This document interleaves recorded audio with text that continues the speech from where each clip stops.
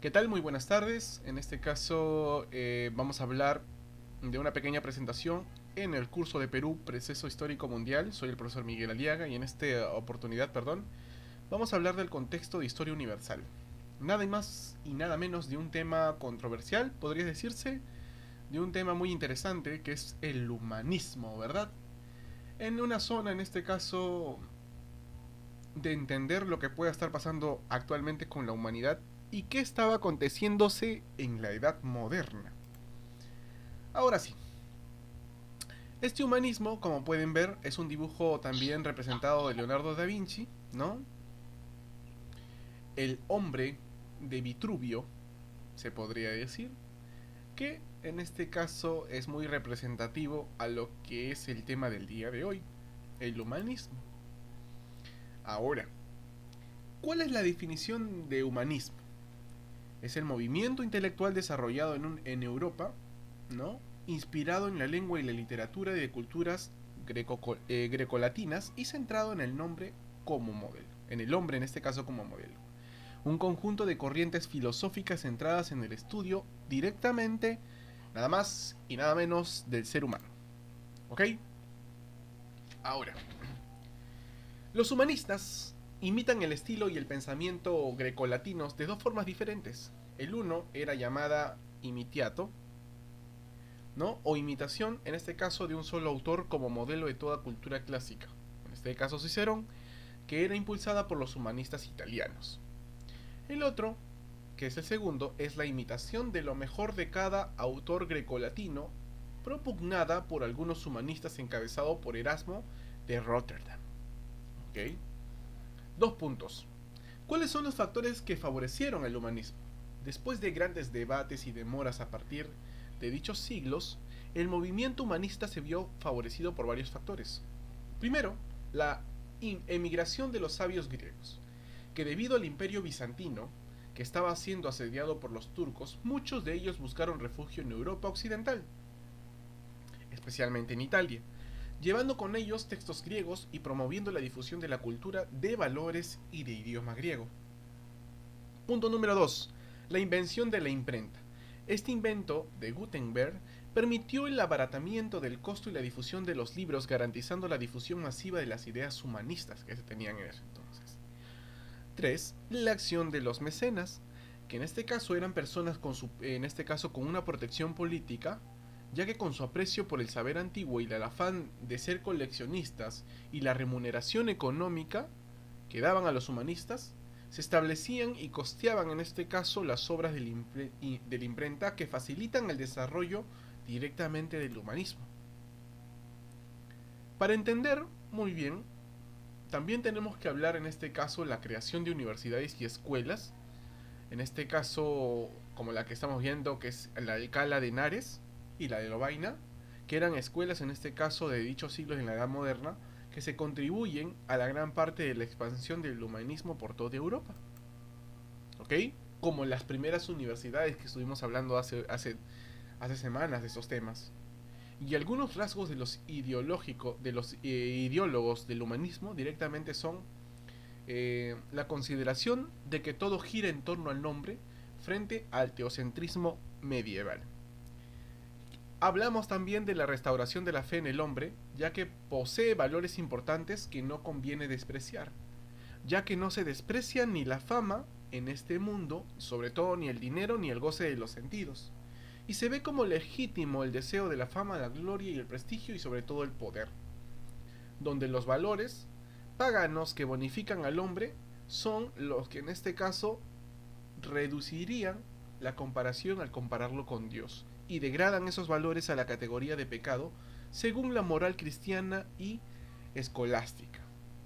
Hablamos del pacifismo, el odio por todo tipo de guerra, el deseo de una unidad política y religiosa, la existencia de fe en el hombre, la idea de que merece la pena pelear por la fama y la gloria en este mundo que incita a realizar grandes hazañas y emular las del pasado, donde la fe se desplaza de Dios al hombre, el retorno de fuentes primigenias del saber la lectura de los clásicos de los textos originales y no a través de la opinión que se dieron sobre ellos, en este caso de los santos padres o de la religión católica.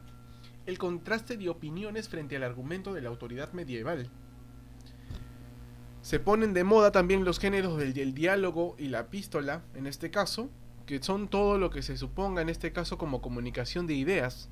Se propone la libre interpretación de la Biblia y su traducción en lenguas vulgares, que en este caso tenemos a Lutero. Frente al reduccionismo, en este caso medieval, de reducir su interpretación a la del Papa o el Obispo de Roma. Por último, la búsqueda del espíritu más humano, ¿no?, interior, de un ser más libre y directo y menos externo y material. Ideologías de lo que es el humanismo. La idea central del humanismo es el centro del universo que está dirigido en el hombre, quien fue la primera imagen de Dios, criatura privilegiada, digna sobre todas las cosas de la tierra, que es antropocentrismo.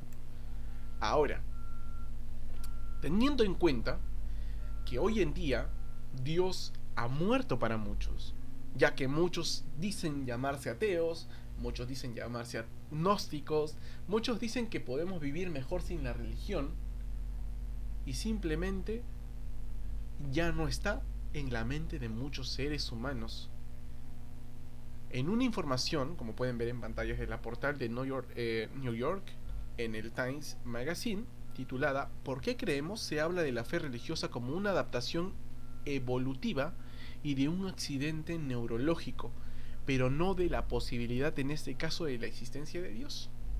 Y cada día esto se va agrandando, debido a que no hay un entendimiento previo de lo que realmente pueda representar Dios para nosotros. Y esto porque progresivamente nos vamos sensibilizando y nos vamos adaptando a cambios que tal vez nos impida entender lo que realmente quiere comunicarse. Ahora, hay que tener en cuenta también que el humanismo, como uno de los fundamentos ideológicos del Renacimiento, suponía una evidente ruptura con la idea de la religión única que se manejaba hasta entonces, en la que Dios era el centro y la razón de todas las cosas.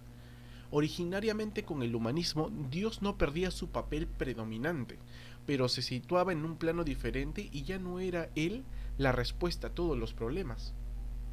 Aquí varían mucho las cosas. Ahora, el humanismo rompe las tradiciones escolásticas medievales y exalta las cualidades humanas, por la que comienza a dar sentido racional a lo que hoy conocemos como nuestra vida. Es decir, que se pone en énfasis en la responsabilidad del propio hombre para darle sentido a su vida, sin recurrir ¿a quién? A la existencia de un mundo trascendental o de un Dios. Como consecuencia se considera aquí al hombre como centro y medida de todas las cosas. Desde un punto de vista filosófico, el humanismo es una actitud que hace hincapié a la dignidad y el valor de uno como persona. Y uno de los principios básicos es que las personas son seres racionales que poseen en sí misma la capacidad de hallar la verdad y sobre todo practicar el bien. Así de sencillo. Esta concepción humanista, para las religiones, en este caso humanistas, como el marxismo, los males de la sociedad radican en el medio ambiente. ¿Qué quiere decir esto? Que en las circunstancias políticas y sociales de un determinado momento histórico, el marxista cree que solo el Estado tiene el poder para cambiar este medio ambiente. Solo el Estado. Y el Estado tiene que reconstruir el ambiente físico y espiritual del hombre a fin de cambiar y salvar al hombre. En cambio, la social, a través de la acción del Estado, es la gracia estatal en operación. Y el ambiente malo tiene que ser destruido a fin de liberar al hombre en este caso. Y a veces este ambiente malo influye en personas o instituciones como la burguesía, los capitalistas, el clero, los cristianos, las iglesias, las organizaciones y las empresas privadas y entre otras que les puedo mencionar. Y todas ellas tienen que ser, con frecuencia, no obviamente, que son liquidadas o destruidas como parte del proceso de salvación, y al resto simplemente hay que reeducar, suplantando el cristianismo con un nuevo credo. Así de sencillo es la concepción humanista.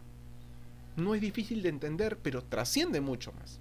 Las consideraciones acerca de un mundo sin Dios son las que ustedes podrían ver en pantallas.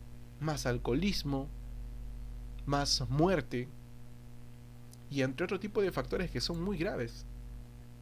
En un mundo sin Dios no tendríamos base real para diferenciar simplemente lo bueno y lo malo. Y aquí es donde quiero que ustedes se pongan a pensar. Cada cual tendría que establecer sus propios criterios morales y nadie tendría el derecho a imponer sobre otro.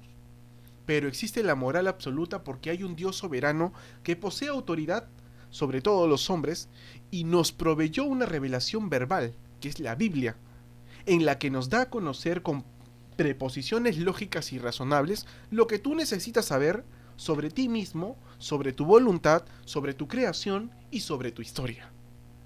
Ponte a pensar en eso que te estoy diciendo y trata de analizar para que cuando terminemos la clase, hacernos una serie de preguntas que nos lleven a cambiar lo que tal vez nosotros hemos respondido. Ahora, podemos levantar nuestra voz a favor de la justicia y oponernos a la maldad, la criminalidad, la delincuencia, porque hay criterios morales absolutos que distinguen simplemente lo que es bueno y lo que es malo, lo que es justo y lo que es injusto, y que no dependen de nuestras opiniones y preferencias personales. El problema del mal solo puede ser abordado desde una perspectiva teísta, y si echamos a un lado a Dios, toda discusión moral se convierte en un callejón sin salida. Así de sencillo, señores. La libertad.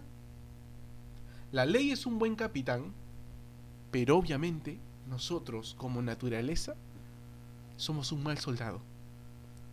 Porque lo manejamos a nuestro antojo. Porque cada uno nace ya con un punto de vista y cada uno se alimenta de lo bueno y de lo malo y no lo sabe distinguir, siendo jóvenes. Entonces, obviamente que esta respuesta que nosotros estamos encontrando en pantallas está correcta. Porque si tú te preguntas qué es libertad, te das cuenta que la libertad y las leyes obviamente son buenos capitanes, porque te pueden dirigir a poder vivir y sobrellevar tu vida con buen. Pero ¿quiénes son los que malogran estas leyes? Somos nosotros los seres humanos, los que nos hicimos prepararnos, los que decidimos en este caso corrompernos con muchas cosas por no diferenciar lo bueno y lo malo y porque sobre todo buscamos nuestro beneficio propio. Ahora, ¿qué harías, nuevamente te pregunto, en un mundo sin las leyes de Dios? ¿Qué realmente harías tú como persona? La ley y la iglesia, en este caso, dentro del humanismo, en esta era, marcó una trascendencia muy fuerte debido a que supo definir que el hombre, en este caso, era quien destruía moralmente y no sabía definir correctamente lo bueno y de lo malo en el mundo. Porque no desde ahora existe la corrupción. Pero con religión supieron definir lo que era lo bueno y lo malo. Porque hubo una escritura que supo diferenciar. Pero a través del tiempo nosotros nos hemos empeñado en tratar de destruir, sí, como muchos dijeron, un ser que tal vez es superior a nosotros. Correcto. Un ser que es... y la falta de fe y la falta de los seres humanos en creer y abocarse en la necesidad de poder creer tal vez en una imagen que simplemente nos otorgue fe, porque no podemos simplemente mantener nuestra posición de nuestra mente en creer algo que no podemos tocar ni ver, ya que de eso se trata de la fe. Nos lleva y nos involucra mucho más allá de que una persona que dice llamarse atea, que dice llamarse agnóstica, no estudia simplemente, no leyó completamente la Biblia, no sabe lo que son las religiones del mundo, no sabe lo que trascendió. Así que nuevamente yo te pido que tú te analices, que tú analices en este caso y a través de lo que te estoy diciendo, te preguntes, ¿qué harías en un mundo sin las leyes del Dios? ¿Qué estuviera pasando actualmente? Si hoy en día hay violaciones, si hoy en día en este caso hay asesinatos frecuentes, si hoy en día conoces la injusticia, pregunta de dónde proviene esto. De la contaminación de los seres humanos. Simplemente vas a encontrar cualquier tipo de respuesta no en él, no en un Dios, no en una deidad, no en Alá, no en Dios, no en la Virgen María, no en la Virgen de Santa Rosa, no en el Señor de los Milagros y cualquier deidad en este caso del mundo entero. Si no, vas a encontrar que el problema eres tú, que el problema soy yo, que el problema es la gente, la naturaleza. Porque nosotros mismos destruimos en este caso todo lo que nos rodea. ¿Quién contamina el medio ambiente? ¿Las máquinas? No. Contaminas tú. Porque tú creaste la imagen, tú creaste las máquinas.